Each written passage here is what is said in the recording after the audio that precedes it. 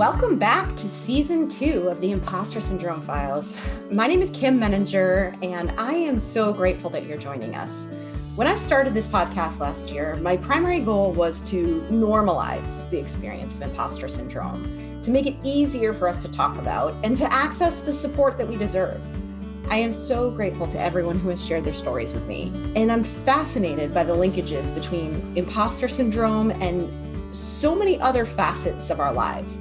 The conversations that we had last season led us in so many powerful directions. I'm excited to continue these conversations in Season 2. As always, if you have a story to share, please reach out to me. I would love to interview you. And if I can ever support you on your own imposter syndrome journey, I'd love to connect on that too. Thanks again for being here.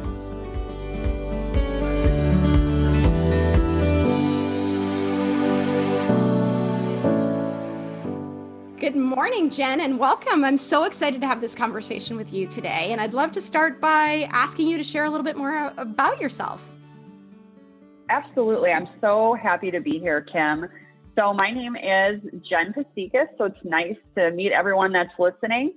I'm hailing from the Chicagoland area, and I have kind of a multi-role in my life. So I am a mother of two daughters, and one is 9 and one is 2. So they keep me absolutely busy. And then during the day, I've worked in financial services for over 20 years. So I've been in corporate for a really long time. Current title is Senior Vice President of Business Development for a local financial institution, again, in the Chicagoland area. And then in 2020, I got the podcast bug. And even before that, I've always loved everything personal development, coaching related. So, received my coaching certification in 2016, 2017 timeframe. And then in 2021, this year, I started my own podcast called Brave Women at Work, which focuses on exactly what it says, helping us take bolder and braver action in our careers and our lives. And I'm loving it. So that's all about me. Well, I'm so excited that you shared that, Jen, because as you know, you and I just had an interview for your podcast. And so I would love for anybody who's listening to this right now to check out your podcast. I think there's so much synergy between what we're doing. And certainly if you struggle with imposter syndrome or want to increase your confidence, being brave at work is a very relevant topic. So I'm excited for everybody to get to know you as well. I'd love to kick us off with my general starter questions, which is, what does imposter syndrome mean to you? And how, if at all, has it shown up in your life or in your career? So imposter syndrome, I did not know that I had these bouts of imposter syndrome for a really long time. So if anyone that's listening doesn't know that they've had bouts of it, I am right there with you. So what I like to say is that it is that mean girl voice inside your head that's trying to break you from some sort of a fall because it's afraid that you're going to fail. So it just says, oh, well, you know what? Who are you anyway to do this? You can't do this, or you're going to fail. They're going to find you out. You're a fraud. And so I think that we grow up, we don't know. We're never taught that this voice is not true, or that we shouldn't believe everything that goes on in our heads, that this is just that voice of fear. And so with that, I've had to learn that I've had to kind of extrapolate kind of my core self and put that fear voice aside to go into bigger levels of success. And like they say, new level, new devil. And I think that imposter syndrome can be that little bit of a devilish voice trying to keep us small. And so I'm really excited that we have the chance to talk about this today. I've never heard that expression, new level, new devil. I love that.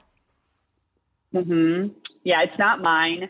I've been so long, Kim, in the personal development space. I've heard all of the cliches. So yes, I don't know who we can attribute it to, but it's definitely out there. But it resonates with me because when you hear new level, new devil, you're like, oh, okay, well, I know I'm entering a new level of success or a new promotion or whatever that is. And if you know that that's going to happen, you know that little voice is going to pop up. It's just naturally, it's part of the process. Exactly. And I think that so many of the things that you just said really resonate with me. The idea that that mean girl voice, which I love that you called it that, is really a fear response, and that we don't know that until we're taught that or until we have some opportunity to gain awareness and reframe that voice. And so often we accept it as truth and it keeps us playing small, right? And I think knowing what's happening when that voice pops up is really important. And also the anticipation that it's going to be there when we stretch ourselves, like you said, right? When you get to that new level, when you embark on whatever that next new challenge is, you can be pretty confident, no pun intended, that it's going to show up, right? And so I think just knowing that it's coming can dilute its power as well. Oh, absolutely. I completely agree with that. So for you, you're very accomplished. You have, obviously a diverse background. You're doing lots of different things. What happens when the mean girl shows up, or what does imposter syndrome look like in your world? How do you experience it? So for me, I feel things very viscerally in my body. And so when I've had bouts of imposter syndrome, I just feel this sense of dread, or I actually feel smaller, like my stature gets smaller. I don't speak up. I feel it in the pit of my stomach. So those are some things that happen to me. I kind of shrink, so if you think about flowers and when they turn to the sun, isn't it so beautiful to see that? And I just turn away is how it comes through. And taking backing up a little bit, you had asked a question that I didn't answer, so I wanted to answer in terms of an example in my life. So when this has been a while ago, but I mean, it's not that imposter syndrome hasn't hit me lately, but this is the one that comes to mind, is that when I was in a mid-manager role situation, I was given the opportunity to go to a higher level role, much, much higher, to a senior, kind of a senior role, vice president role. And I was thinking about actually staying where I was. And my husband had to be the one that kind of, emotionally shook me just a little, not physically shook me, but emotionally shook me out of it. And so when I got the opportunity, I went, and it was a job offer. I told my husband, and I went back and forth, made him absolutely crazy, trying to logically muscle through with the pro and con list, felt it all over my body, just felt terrible. And finally, my husband said, "Are you going to continue to allow this to, keep you playing small?" And that's what it took. It almost felt like I woke up and I'm like, oh my word, this is the next opportunity. And if I don't take this, I am going to really waste this opportunity. And so with that, I took the step forward, and I'm not going to tell you that it was roses and rainbows for the next few years after that, because I'd be lying.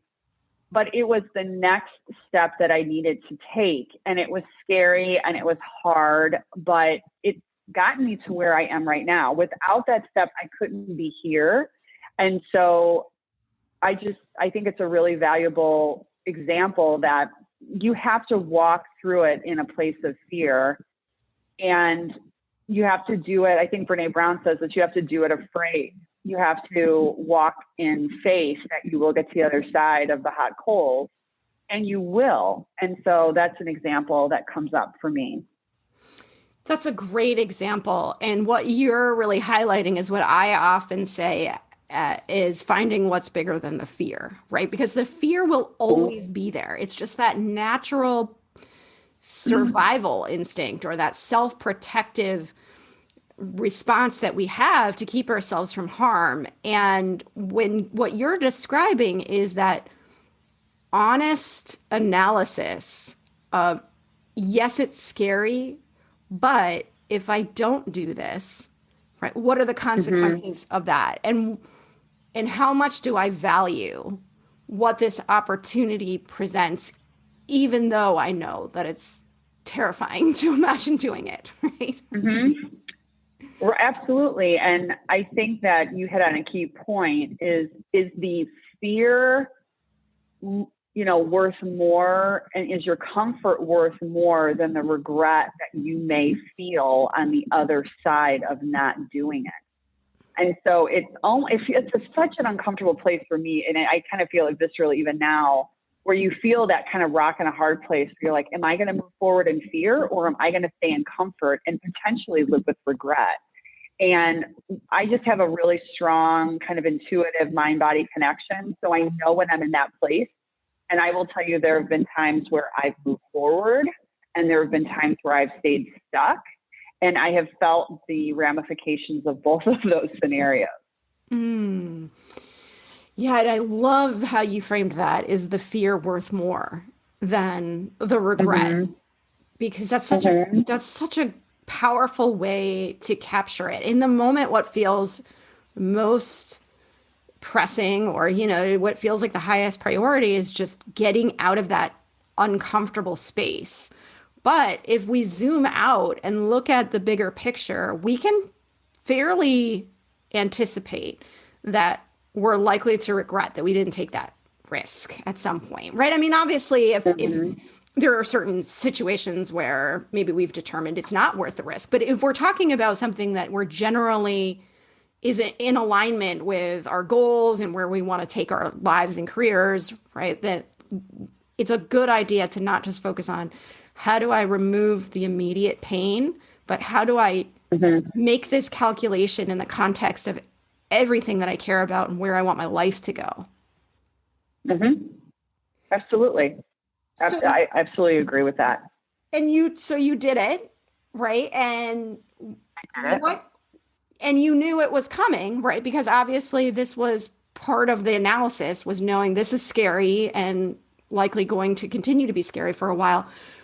Do you remember whether you actively took steps to manage that self-doubt and discomfort? Like, what was that experience like now that you're on the other side and integrating into this change and all that that entails? So in that particular example, I did not manage it well. And I'm not trying to be harsh on myself. I just, looking back, I didn't even know what was happening. I was very much in it when it comes to the fear voice. And I was in it probably for I was in it for a while. I would say a good year, which I don't want to scare people, but because it lessened over time. And it took me going through and skinning my knees and going through hard knocks and getting that day to day in that made it less. But during that process, I was really listening to the fear voice, trusting that it was real, feeling it in my body. And then when I talked to my husband, thank goodness for him for being such a champion in this case and really supporting me, that he shook me out of it. So I always thank him whenever I have these conversations, whether it's on a podcast or just, in private, that he really showed me that I could. Because for some reason, I think that women have this thing where, and we talked about this before, that if we don't know all of the things that go with a job or a project, and I'm right there with everyone else, I will like lower my hand and be like, oh, I can't do that. I can't possibly do that, or I'm going to fail because I don't know all the things. And you'll have to quote what the stat is, but I believe it's like 60%. If a man knows like 55 or 60%, they're going to go for it. Mm-hmm. And if a woman, doesn't know at least 80 to 90%, we're like, oh no, I can possibly not do that. And so I would love to say that I was like Yoda and that I was doing deep breathing during this process, and I wasn't. And so I've had to learn over time. Now, if I would say, let's fast forward just briefly on an example today. So the podcast was another period of imposter syndrome where I was like, I know nothing about podcasting. So just for everyone listening, if I know nothing about podcasting and can run a podcast, so can you. So if you have interest in podcasting, go for it. So I knew nothing about it, and I had that little voice. It just was a little bit more dim because I knew it was coming. And so I knew how to breathe through it. I know more than I did, 10 years ago. And so it just wasn't as loud as it was for that huge career change I had. But I will say that, who knows, if I have another major career shift, it might be really loud again. But in this case, in this smaller example, in today's world, I was able to manage it through breathing and through awareness much better. I love that you're able to honestly share and probably feels, vulnerable to you to do so too, that you didn't handle it as well in the past as you would have if you were to go back in time and do it again, right? Because I do think that it is an evolution. We cannot beat ourselves up for how we responded to situations years ago when we didn't have the same self-awareness or the same tools available to us. And so, each part of the progression makes us stronger and gives us access to new insights about ourselves, about who we can trust. I love that you called out your husband too, right? Because I think that's so important, is to have that person outside of us that can see it a little bit more objectively, can remind us, right? No, this is what you wanted, right? Like, this is what you're actually shooting for. Don't let this opportunity pass you by. Absolutely. I don't want any opportunities to pass by. So when they come up now, I'm just much more apt to take pause and check in with myself and ask kind of the intuitive voice. So I've been trained corporately to be a very head thinker. And what I've learned is that can get me into big trouble. And so I have to really check in with that heart in my body and the intuitive voice to say, what do I really want? And if it's an opportunity I really want, then start moving through that imposter voice to get the intel I need and the resources, whether it's internal or external, to move forward and to take that brave step that I need to take. I love that you acknowledge that too, because I think that's one of the challenges that I certainly found working in corporate America, and that I think is a little bit of an obstacle course for those of us who balance that head thinking and gut thinking, like you're describing it, right? Is that a lot of times it feels like in the workplace, a certain kind of thinking is the only appropriate way to think about it. When in actuality, whether we acknowledge this or not, right, we're bringing who we are to every situation. And there's so much opportunity there to slow down. I'm not talking about slowing down in even necessarily a noticeable way, but to just like push the pause button from time to time when we find ourselves making assumptions or hearing that voice that's in our head, or just, I love how you talk about the visceral response to some of these things, right? Like that's such a great warning signal. It's like your check engine light, right? When you start to feel those visceral feelings, it's like, well, okay, time for a pause, right? And to bring in that more intuitive piece, to bring in that, like, even just to ask yourself, like, okay, I'm noticing something. Why am I feeling this way? What's going on here? What are my options here? And be really powerful in just getting us to slow down enough to recognize what's going on and to make a more intentional choice about how we navigate it. Because with the imposter syndrome, this is the unfortunate piece, is that it can come in an instant, or it can come quickly. It can build like a slow burn. So I've had situations where I've been in a meeting and the imposter syndrome, it feels like, oh, it's there. It's right there right now. And it can derail you. So I think taking a beat to slow down is really important. So here's something that I'm learning. I'm truly in the middle of learning is that I started meditating about a year or so ago, and I was an anti-meditator for a really long time. And I was just like, oh, meditation doesn't work. And then I was like, okay, I've got to do this for my health and well-being. So I started hitting, just my couch. I don't, hit a pillow or anything like that. I'm probably breaking all the meditation rules if there are any, but I just sit on my couch and I just, I do deep breathing and focus on my breath. And, I don't even typically use a mantra all the time. It's just deep breathing. But here's where I started running into problem with meditation is that, let's say the imposter syndrome voice comes to me in a meeting. Well, I can't be like, hey, boss, hey, I'm going to go and take 5 and go sit on my meditation pillow. So what I'm studying right now is learning how to still be in communication with my boss and be present with him, but also take a few deep breaths. He's not even going to notice, or she's not even going to notice that you're taking a deep breath, but you do have the capability within yourself to check in and be like, oh yeah, it's there. And you can take a deep breath and get a little bit of hyper presence and not lose yourself in the middle of a meeting. So I'm a recovering perfectionist. So a very black and white thinker. So I'm like, okay, meditation is in the morning, and that's only the time that meditation is or presence is. And then the rest of the day, I'm a hyperactive machine that, just achieves. And well, guess what? The imposter syndrome voice does not wait for you or anyone. And that voice comes when it feels like it's going to come, because it's related to how you're moving through the world and through work and through your life.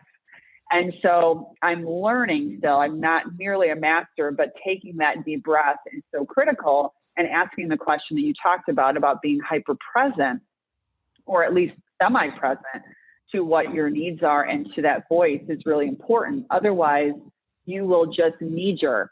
And then that voice is starting to break the fall. And all of a sudden you leave the meeting and you're like, you know what? I didn't say that thing that I knew I needed to say. I didn't raise my hand and have the answer in class because I was scared. And that's when you feel the regret, because you don't show up 100% for yourself. So hopefully that helps the listeners. Oh, I love that so much, Jen. And, I am probably several steps behind you when it comes to meditation. I have, as a recovering perfectionist myself, I have these expectations of what it means to meditate properly, and I don't feel like I can do it. So I do it. But I'm a big proponent of slowing down. And I think that breath, that deep breath, is just a really quick and easy message to your brain that I'm okay. This is Absolutely. not a true dangerous situation, right? My life is not at stake here. There's no real threat here. And then once you can do that, you can get back to a more powerful place of, I'm resourceful. I may not know the answer right now, or I may not be comfortable with this conversation, but I can handle it. And that's, I think, just such a quick and easy tip that every one of us can incorporate into our everyday lives. I'm curious, because you mentioned your podcast, right? And I want to connect this to bravery. Like, what's the mission of your podcast, and how does it tie to what we're talking about today? I think that's a great question. So the mission of my podcast is to help women, well, number one, get the education, the actionable tips that they need to take brave steps. So I wish there was a course or a class or a group. And, I think that you're doing with the work you're doing, and I'm trying to do that with the work I'm doing. So when I started in corporate, I just was thrown out into the world, and there you go. And you just kind of hit the ground a little bit. You're skinning your knees, you're getting bloody, and you do the best that you can. But often, well, especially when I started in the late 90s, which is really kind of aging me now, but I started at the very bottom as a bank teller, and I saw all of these, male colleagues. I had a lot of male bosses. I was also on the investment side of the world for a long time. It was very male dominated. And I didn't have any mentorship for a very long time. I didn't have any resources on how to speak up. I didn't have any resources on how to interview. I didn't have any resources on how to negotiate for a better salary. And so that's the first part, is that I want to give women actionable tips on how to do those things. So when I say, the larger overarching purpose is to take braver action, primarily in their careers where I'm focused, but also that will reverberate to their lives. How do you do that? So I almost feel like I'm having coffee with someone when I'm talking to the audience, and I want them to be able to get the knowledge they need to take that action. And so I like the mix of both. And then I also like to bring women on of various backgrounds that have done it. And I'm not saying that they're done, but they have taken brave action. Because I think that if you hear stories of success, I think success begets more success. And so that would be the last piece, is just hearing those motivational success stories. So they're pumped up, feel like, yeah, wait, so-and-so's done it. Well, wait a minute, I can do it too. So hopefully that answers your question. Yeah, it's so powerful. And I love what you say too about the fact that there's so much that we're not taught, and we like structure. We like playbooks. We like to understand what the rules of the game are. And there's so much that we don't know, either because we haven't experienced it firsthand, so we don't know what we don't know, or we're thrown into situations and we're just reflexively responding, right? And so I love what you're offering in terms of, real insight into how do I process these kinds of situations? What are my choices?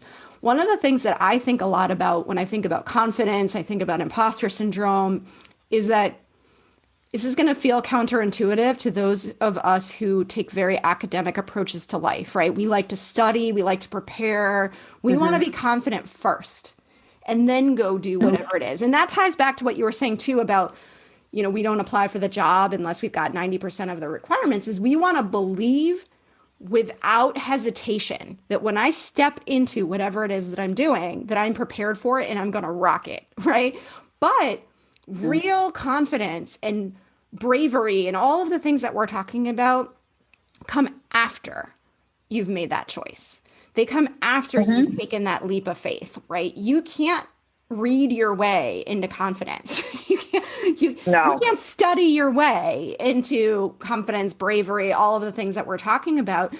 It only comes with action. It's like a muscle that you have to build. And so I personally am, and I've probably said this on this podcast before, I say it all the time, is I have really, truly internalized the quote by Eleanor Roosevelt to do something every day that scares you. Because I am such a high anxiety person. I'm so tightly wound that I could easily live in the fetal position for the rest of my life. It would be so easy for me to just hide from everything. But I also know that there isn't enough time. There isn't enough time when someone comes to me and says, hey, can you do this presentation? And I've never done it before, for me to say, well, let me take a course on that. Let me read, 3 of the definitive books on that topic and get back to you. No, I have to act in that moment. And so I have to trust myself. And I truly think about that quote when I say, okay, this is scary. I'm going to do it because I've committed to myself that I'd rather do things that scare me than to, like we talked about earlier, give in to the fear. And then it puts me in a position where now I know I have to do it and I'll make it work. And so I think we have to get out of this mindset that we're going to be confident or brave first and then do it. That's a consequence of taking that leap of faith. Absolutely. And I want to answer your other question on how what I do relates to imposter syndrome. Well, I think they're related. I mean, I think that they're intertwined, because as I was starting to build content for the podcast, I was thinking about all of the tips, interviewing, we talked about negotiation, et cetera.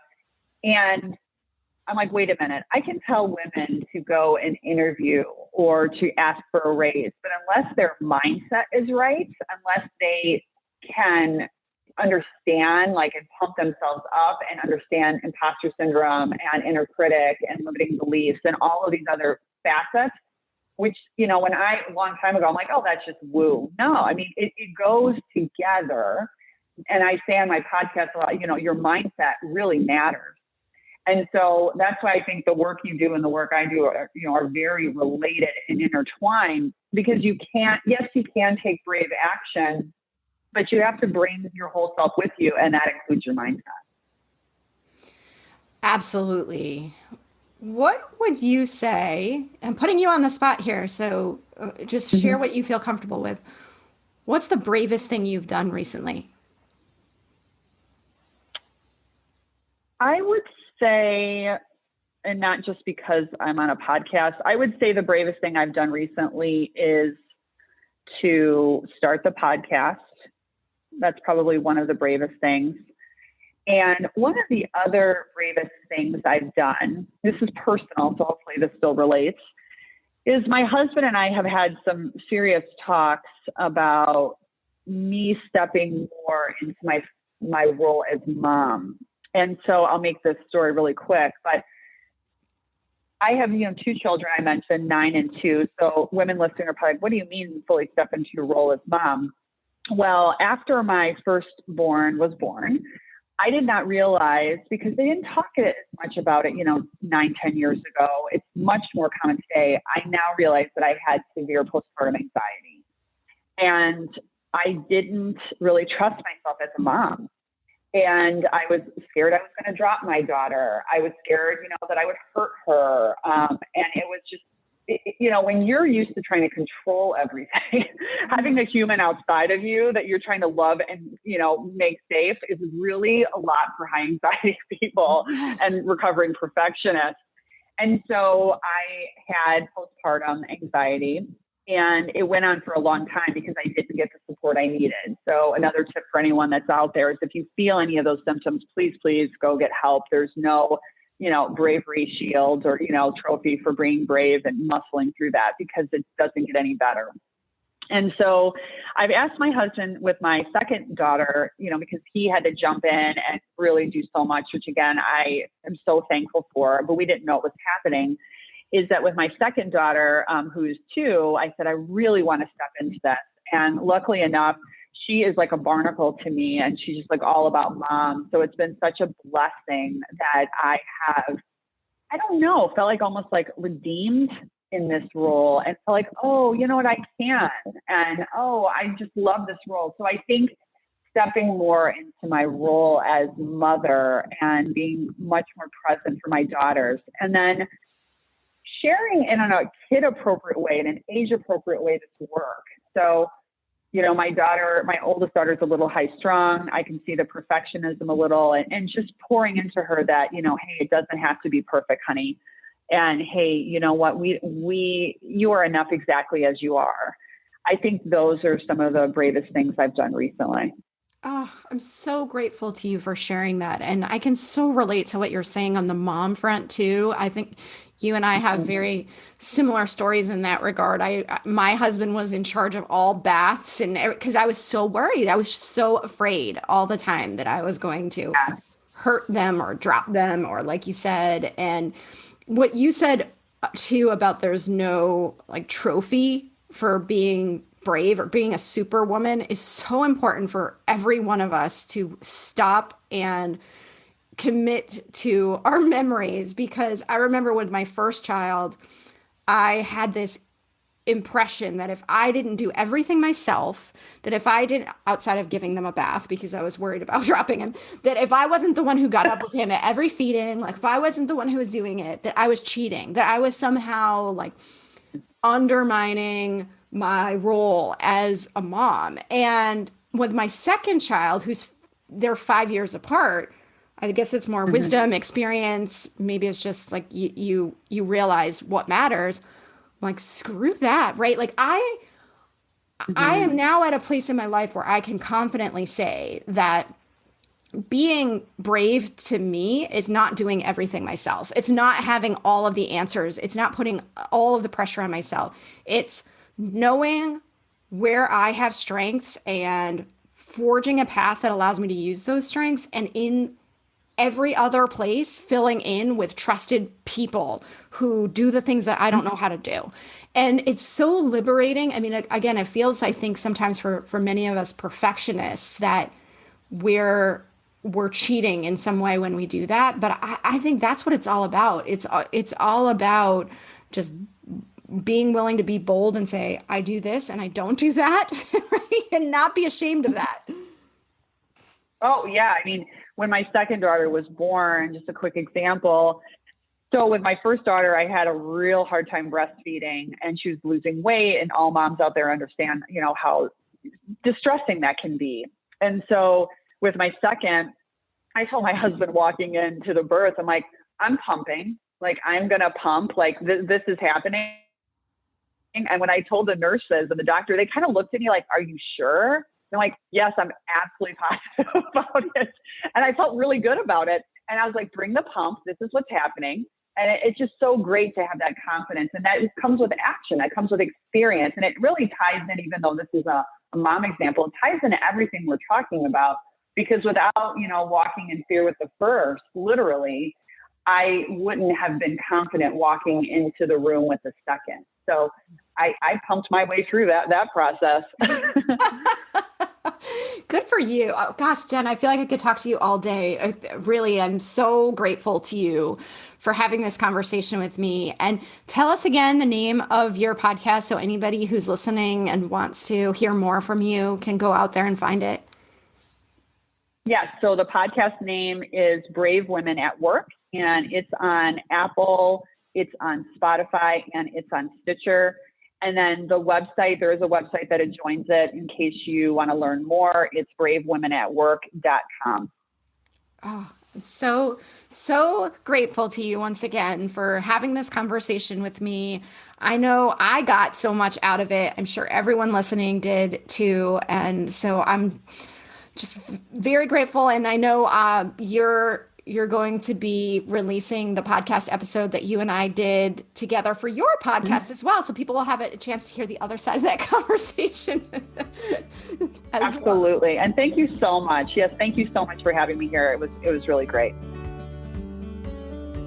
Thanks again for listening today. If you're struggling with imposter syndrome and you'd like additional support, check out the show notes for more resources or contact me directly. I would love to help you. And if you'd like to tell your story, I would love to interview you. You will find my contact info in the show notes, so reach out anytime. Thanks again.